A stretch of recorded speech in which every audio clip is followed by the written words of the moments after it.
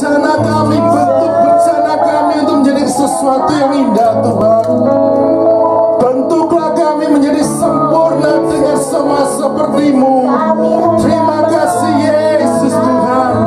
Kau Tuhan yang sungguh baik dalam kehidupan kami. Kami percaya kami akan mengiringi Kau sampai akhir kehidupan kami. Dan kami mendapati bahwa kami tetap setia bersama dengan Tuhan. Terima kasih Yesus.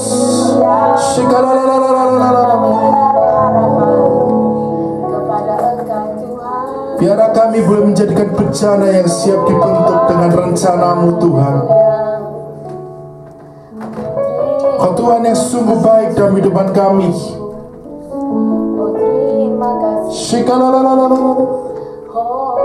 Haleluya. Yesus Tuhan. Terima kasih Yesus. Kaulah bencana kami yang kekuatanku ini Tuhan ada dalam hadirat-Mu. Kaulah harapan kami. Kaulah membuat kami mengerti sampai hari ini kami ada di tempat ini Tuhan.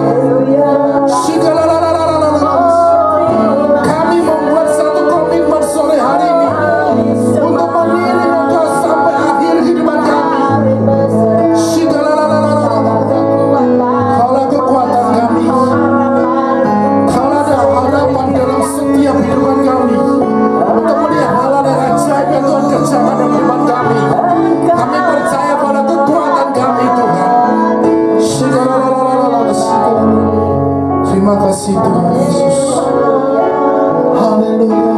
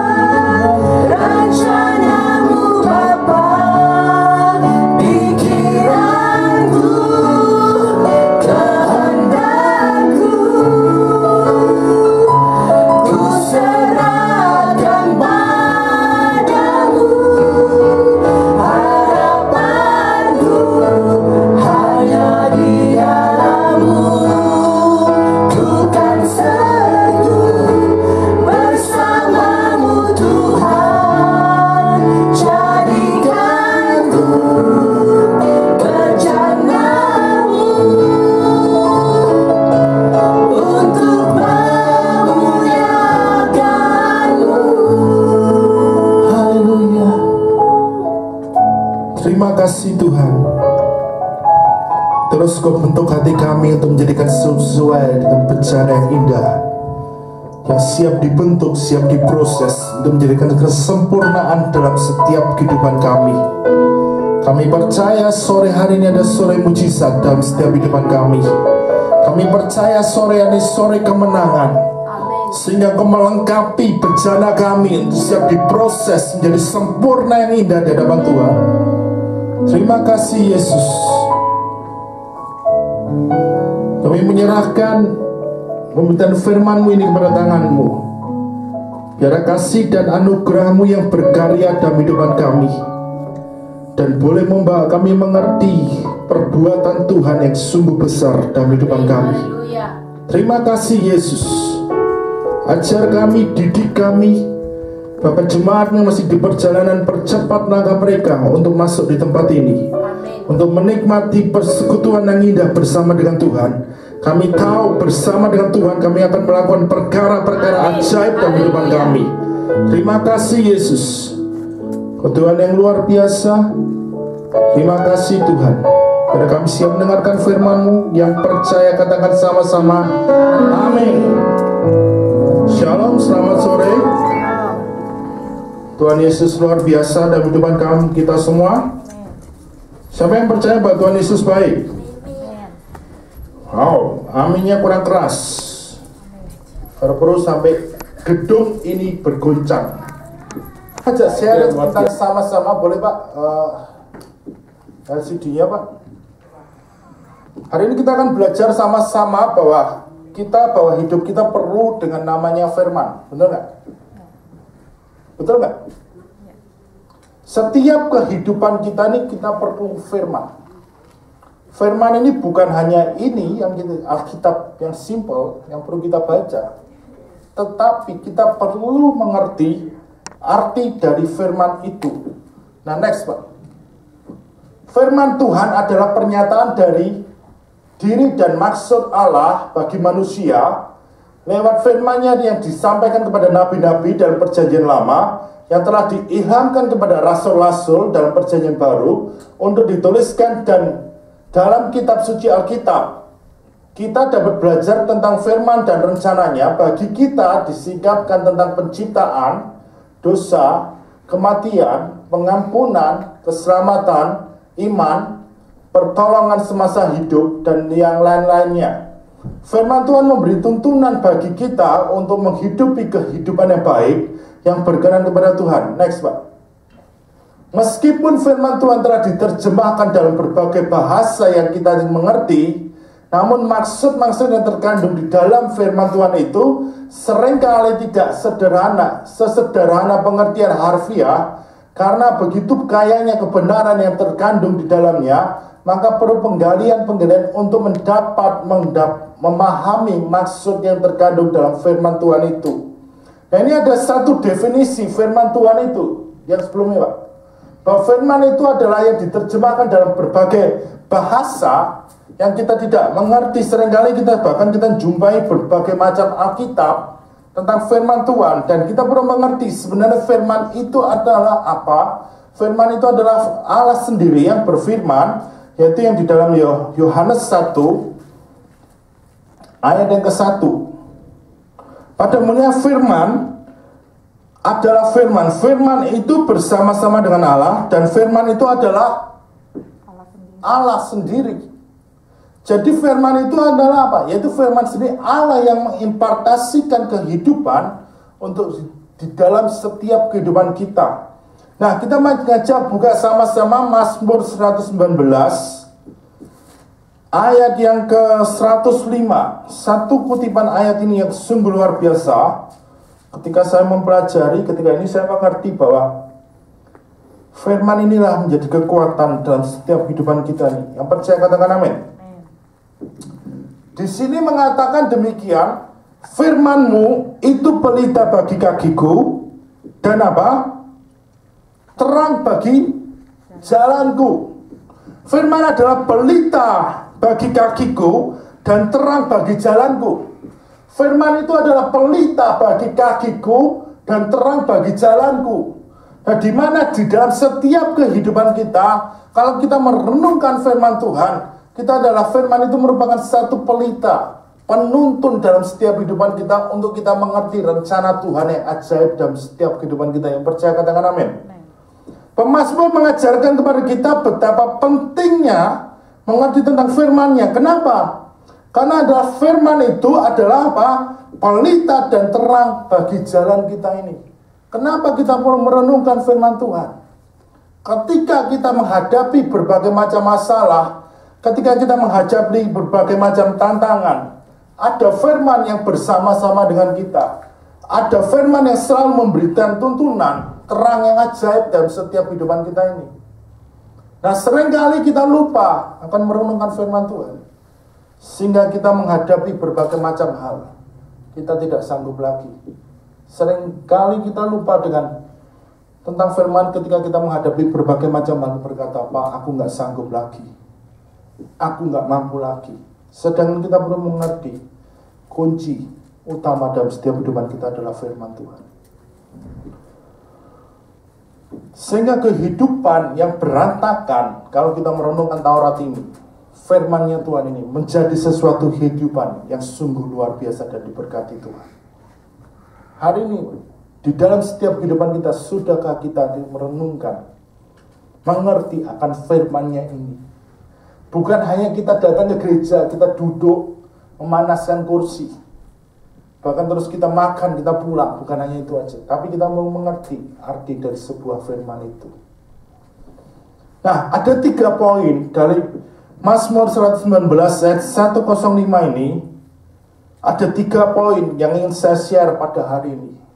Yang pertama, dia mengatakan demikian, firman-Mu itu pelita bagi kakiku. Yang pertama, Pak, next Pak. Yang pertama, pelita bagi kaki kita. Bapak Ibu mengerti nggak tentang pelita itu apa? Pelita apa? Lilin. Lilin. Ada terang. Cahaya. Sebuah lampu yang ketika kita dalam kegelapan, ada cahaya terang yang menerangi kehidupan kita ini. Pelita adalah sebuah lampu yang ketika kita dalam keadaan kegelapan, dia menerangi, memberikan cahaya penerang yang sungguh luar biasa. Seringkali kita berjalan, kalau kita berjalan dalam kegelapan, Kesandung. kita butuh lampu nggak? Perlu. Kalau nggak butuh lampu, apa yang terjadi? Kesandung. Jatuh. Pak, ini pendek sekali, Pak. Oh. Yang terjadi apa? Jatuh, tersandung. Tetapi kalau kita dalam keadaan kegelapan apapun, kita nyalain lampu, kita bisa menerangi, oh itu tahu arah jalannya kita ke sana. Benar nggak? Tahu nggak? Kita menerangi lampu, kita tahu, oh ini jalanku harus ke sini, kita nggak ngerti. Tetapi kalau kita nggak ada lampu, kita sama menjadi seperti orang buta. Ini jalan kemana ya? Bisanya kita mengawal ke sini, nabrak kursi. Tetapi satu hal yang luar biasa bahwa Tuhan, firman itu menjadi pelita dalam kehidupan kita ini. Ketika kita dalam kegelapan, ketika kita dalam masalah yang kita nggak mengerti, firman itulah menjadi kekuatan dalam kehidupan kita ini. Firman itulah menjadi pelita yang menjadi penolong dalam kehidupan kita ini. Sehingga apa? Kita sanggup menghadapi segala macam situasi. Dan kita bisa menjadikan kita menang dalam menghadapi semuanya. Percaya, katakan amin.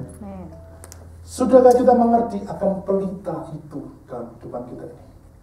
Sudahkah kita menjadikan pelita yang indah di dalam setiap kehidupan kita ini? Kita butuh firman yang menjadi pelita, yang menerangi kehidupan kita.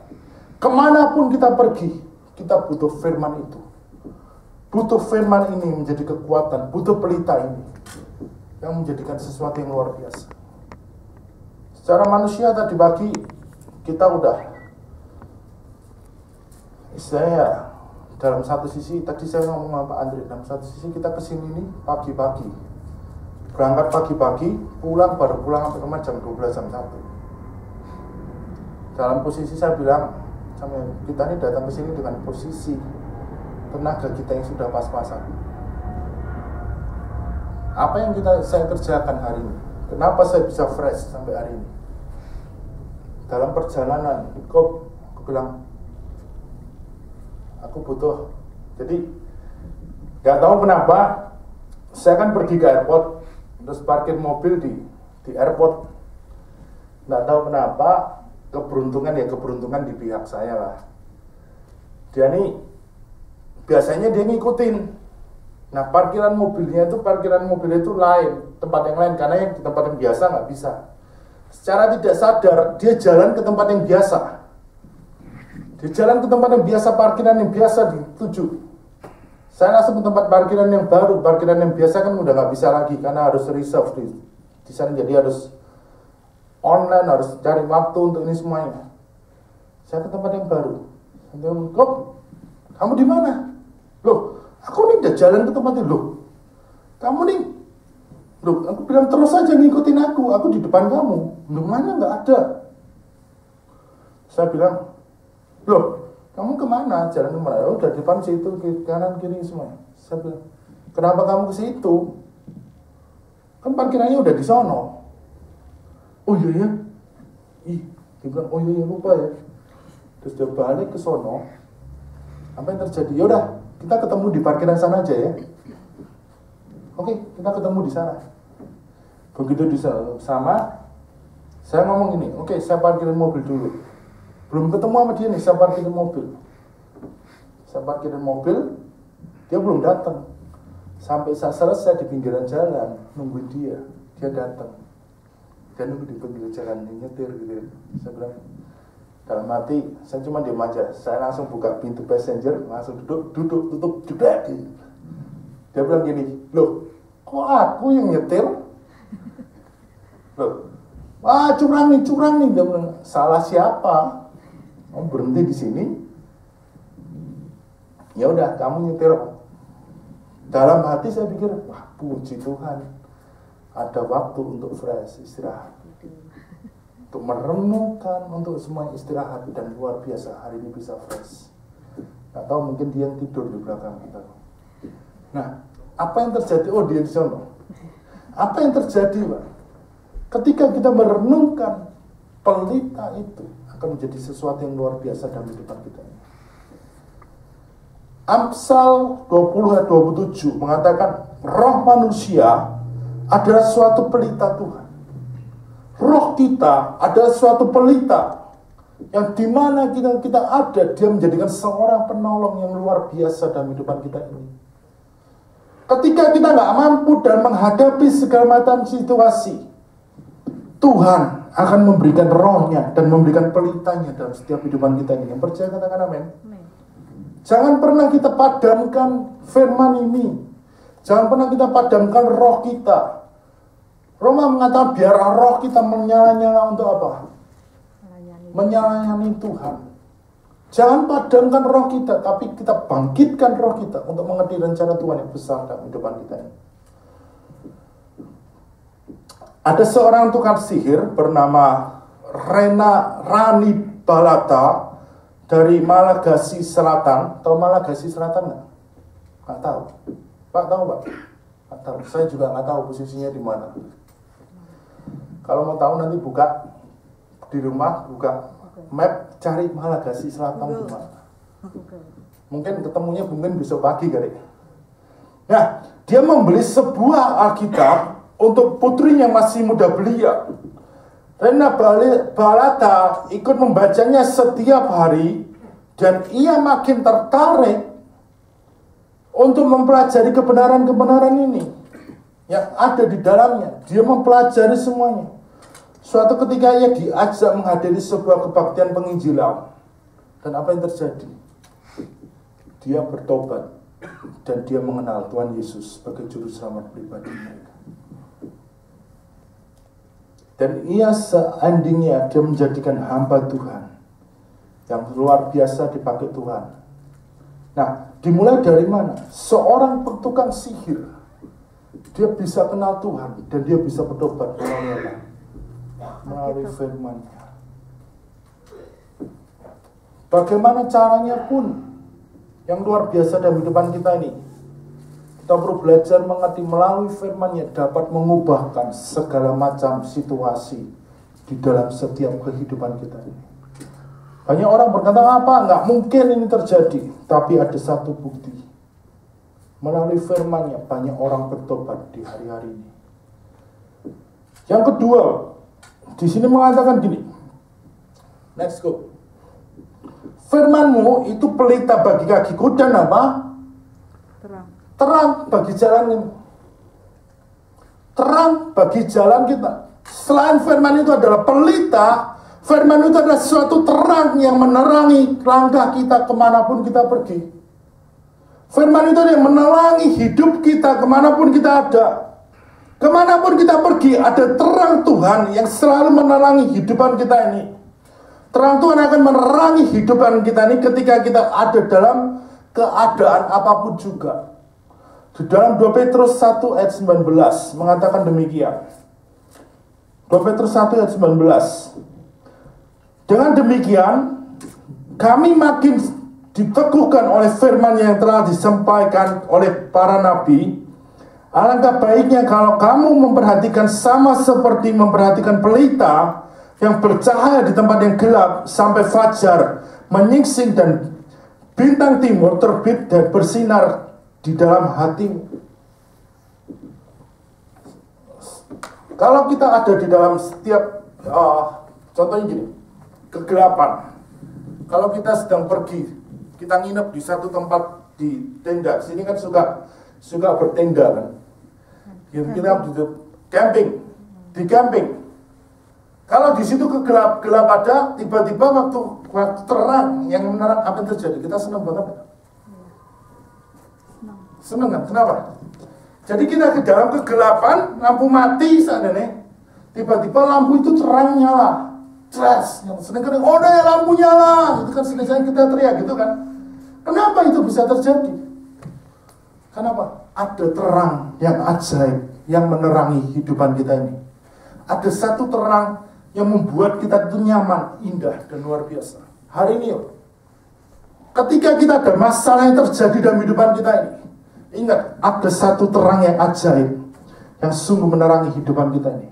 Yang percaya katakan apa? Kemanapun kita pergi, kita ada satu terang yang ajaib yang memberikan penerangan dalam kehidupan kita. Jangan pernah kita give up dalam kita merenungkan firman itu. Kenapa? Ada terang Tuhan dalam setiap kehidupan kita. Pak, aku ini banyak masalah yang terjadi, banyak ini. Kalau kita ngomel terus, maka terang itu tidak akan menerangi kehidupan kita.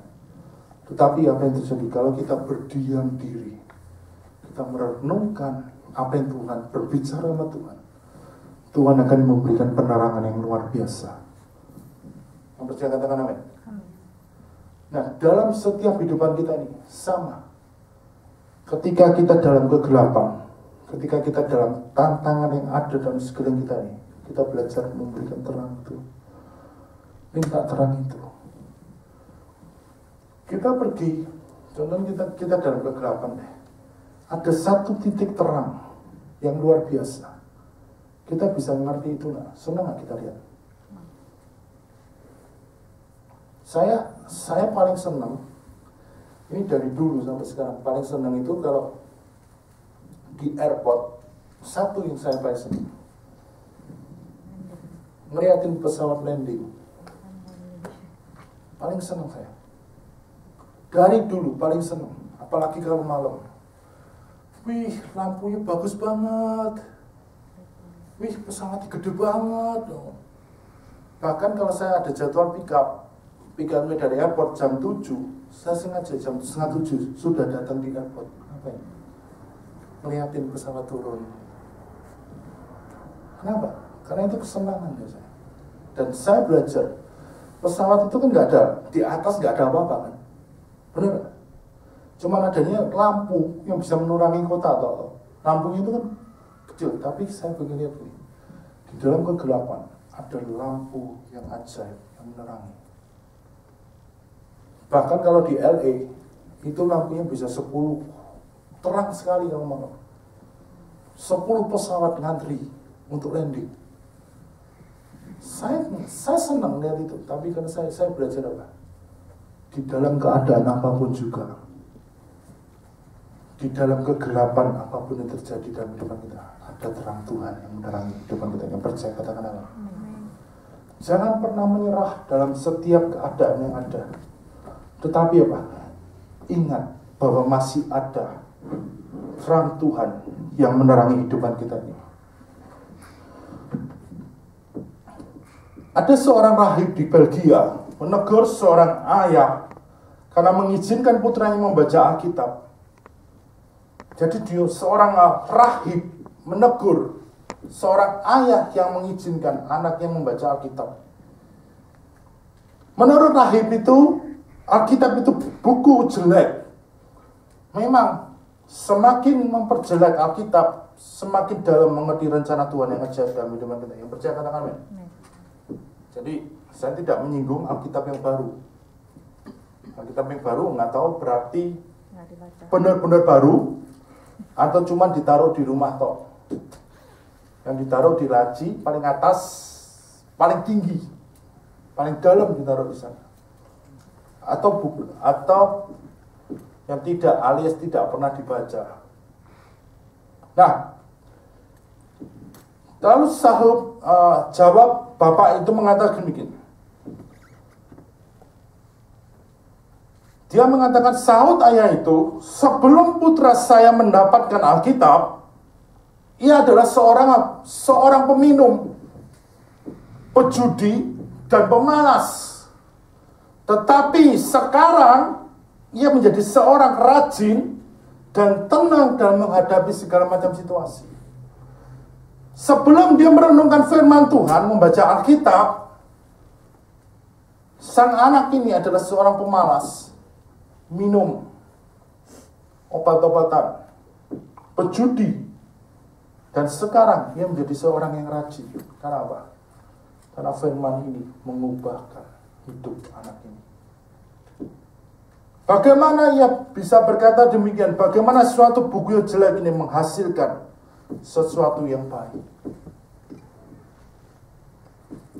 Bagaimana buku yang jelek ini bisa menghasilkan karakter yang baik? Semua terjadi karena ada apa? Terang yang ajaib dalam firman itu. Jadi Bapak Ibu, kita perlu melajari bahwa jangan pernah kita give up di dalam setiap apapun yang terjadi dalam kehidupan kita ini. Jangan kita menyerah dalam setiap apapun yang terjadi dalam kehidupan kita. Tetapi kita perlu ingat, masih ada terang Tuhan yang bersama-sama dalam setiap kehidupan kita ini. Yang percaya katakan amin. Jangan pernah kita menyerah dalam setiap keadaan yang ada. Tapi kita terus belajar mengerti firman-Nya Tuhan dalam setiap kehidupan kita ini. Yang ketiga, next. Firman itu, firman itu memerdekakan kita dari segala macam tantangan yang ada di dalam setiap kehidupan kita ini. Firman itu memerdekakan setiap kehidupan kita ini. Galatia 5 ayat yang ke-1. Galatia 5 ayat yang ke-1. Supaya kita sungguh-sungguh merdeka, Kristus telah memerdekakan kita. Karena itu berdirilah teguh dan jangan mau lagi dikenakan kuk perhambaan. Supaya kita sungguh-sungguh merdeka, bahwa Kristus sudah merdeka dalam setiap kehidupan kita. Merdeka dalam segala hal yang terjadi dalam kehidupan kita ini. Firman ini menjadikan perubahan yang besar dalam setiap kehidupan kita. Yang percaya katakan amin.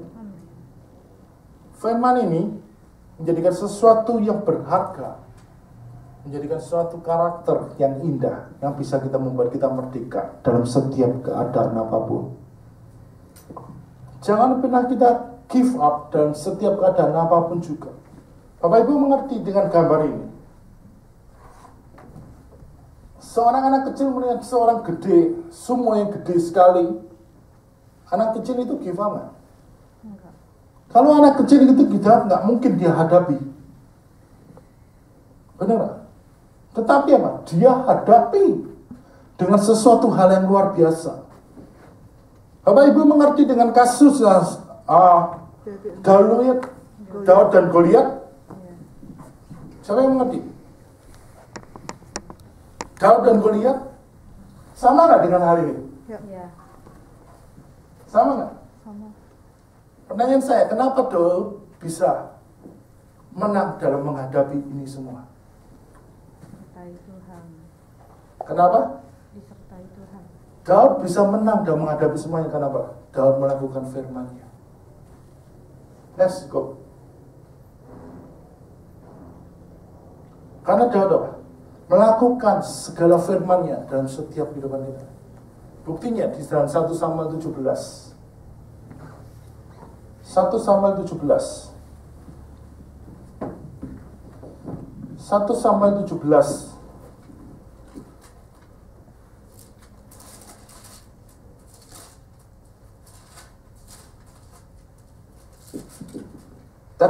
mempelajari ini dan luar biasa sekali. Ayat 43. Orang Filistin itu berkata kepada Daud, "Anjingkah aku? Maka engkau mendatangi aku dengan tongkat." Lalu demi para Allahnya orang Filistin itu mengutuki Daud. Pula orang Filistin itu berkata kepada Daud, "Hadapi aku, maka aku akan memberikan dagingmu kepada burung-burung di udara dan kepada binatang-binatang di padang." Tetapi Daud berkata apa? Kepada orang Filistin itu berkata, "Engkau mendatangi aku dengan pedang dan tombak dan dembing." Tetapi apa? Di situ mengatakan apa? Tetapi aku mendatangi engkau dengan nama Tuhan semesta alam, Allah segala barisan Israel yang kutantang itu. Hari ini juga Tuhan akan menyerahkan engkau ke dalam tanganku, dan aku akan mengalahkan engkau dan memenggal kepalamu dan tubuhmu. Hari ini juga aku akan memberikan mayatmu dan mayat tentara orang Filistin kepada burung-burung di udara dan kepada binatang-binatang liar, supaya seluruh bumi tahu bahwa Israel mempunyai Allah. Yang percaya katakan amin. Ada satu perbedaan ketika orang besar datang menghadapi Daud. Dia mengatakan, "Demi anjingkah aku?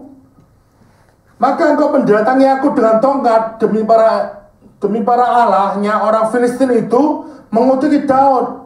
Pula orang Filistin mengatakan, "Hadapi aku, maka aku akan mematikan engkau dan akan memberikan mayatnya kepada burung-burung di udara." Burung-burung yang ada di situ, daging kepada burung-burung di udara dan kepada binatang-binatang di padang.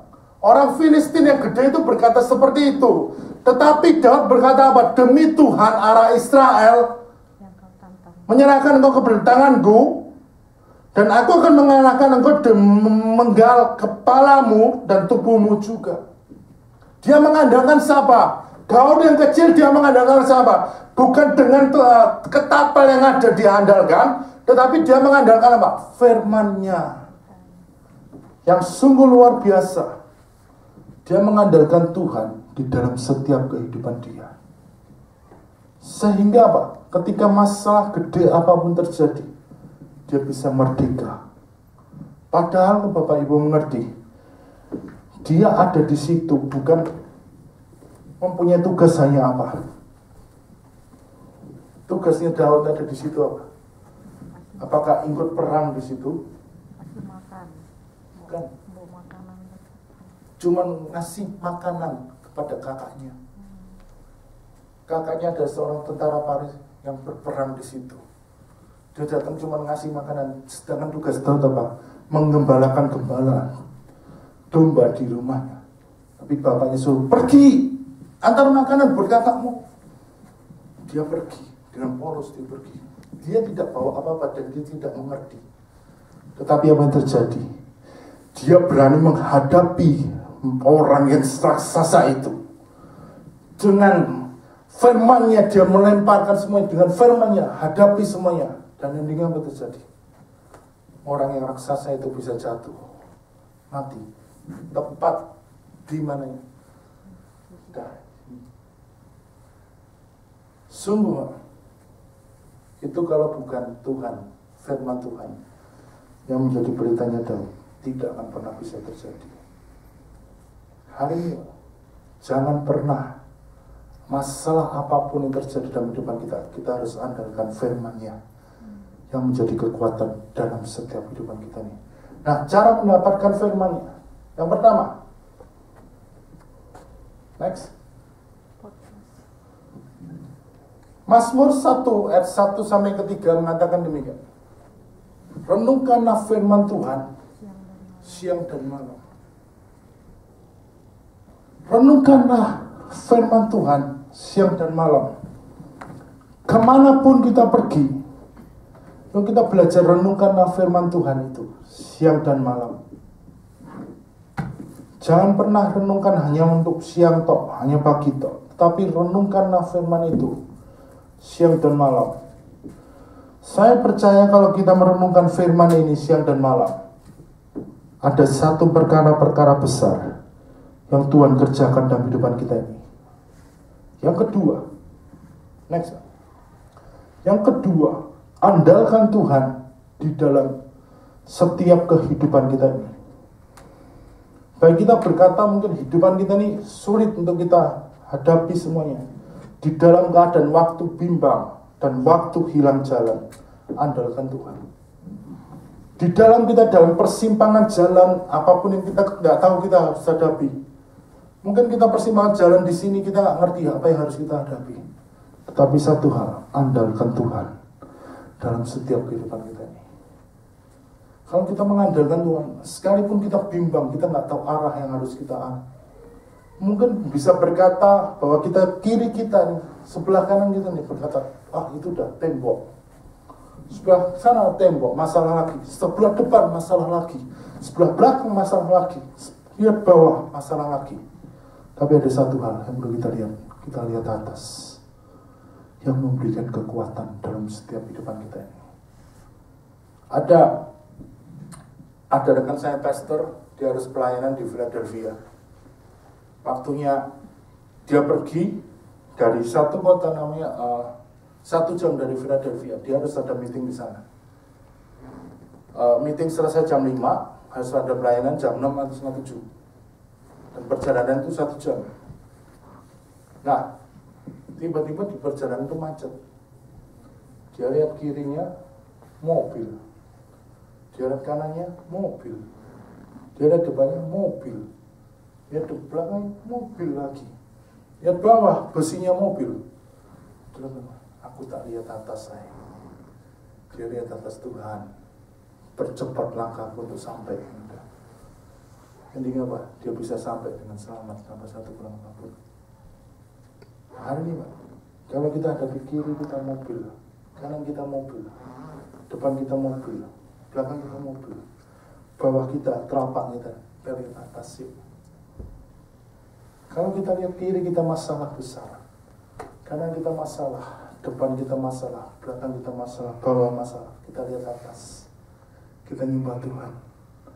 Mengiringmu seumur hidupku, masuk dalam rencananya Tuhan yang ajaib. Justru kita menyembah Tuhan yang membuat bejana itu ada dalam setiap kehidupan kita.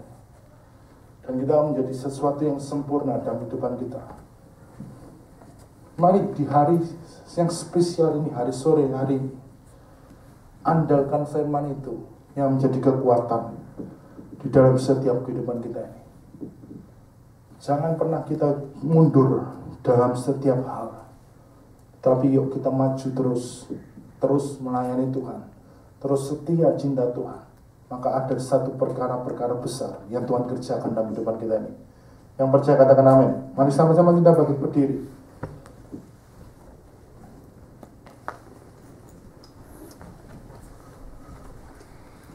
Kita belajar lagu tadi. Beberapa hari ini saya banyak nyanyiin pujian ini sendiri. Dan saya percaya bahwa Tuhan adalah kekuatan dalam setiap kehidupan kita.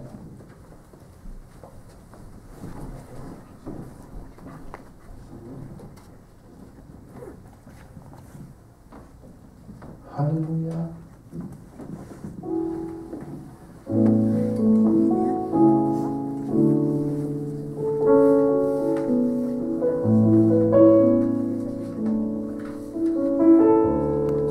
Kasih Tuhan,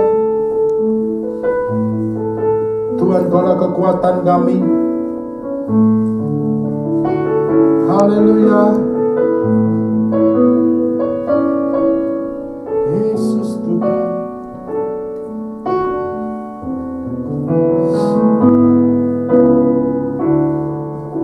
Kekuatan di jiwaku, ketenangan di batinku, ada dalam hadirat-Mu, ku menyembah-Mu. Terima kasih Tuhan. Tersungkurku di kaki-Mu, rasakan hadirat-Mu. Takkan ku melepas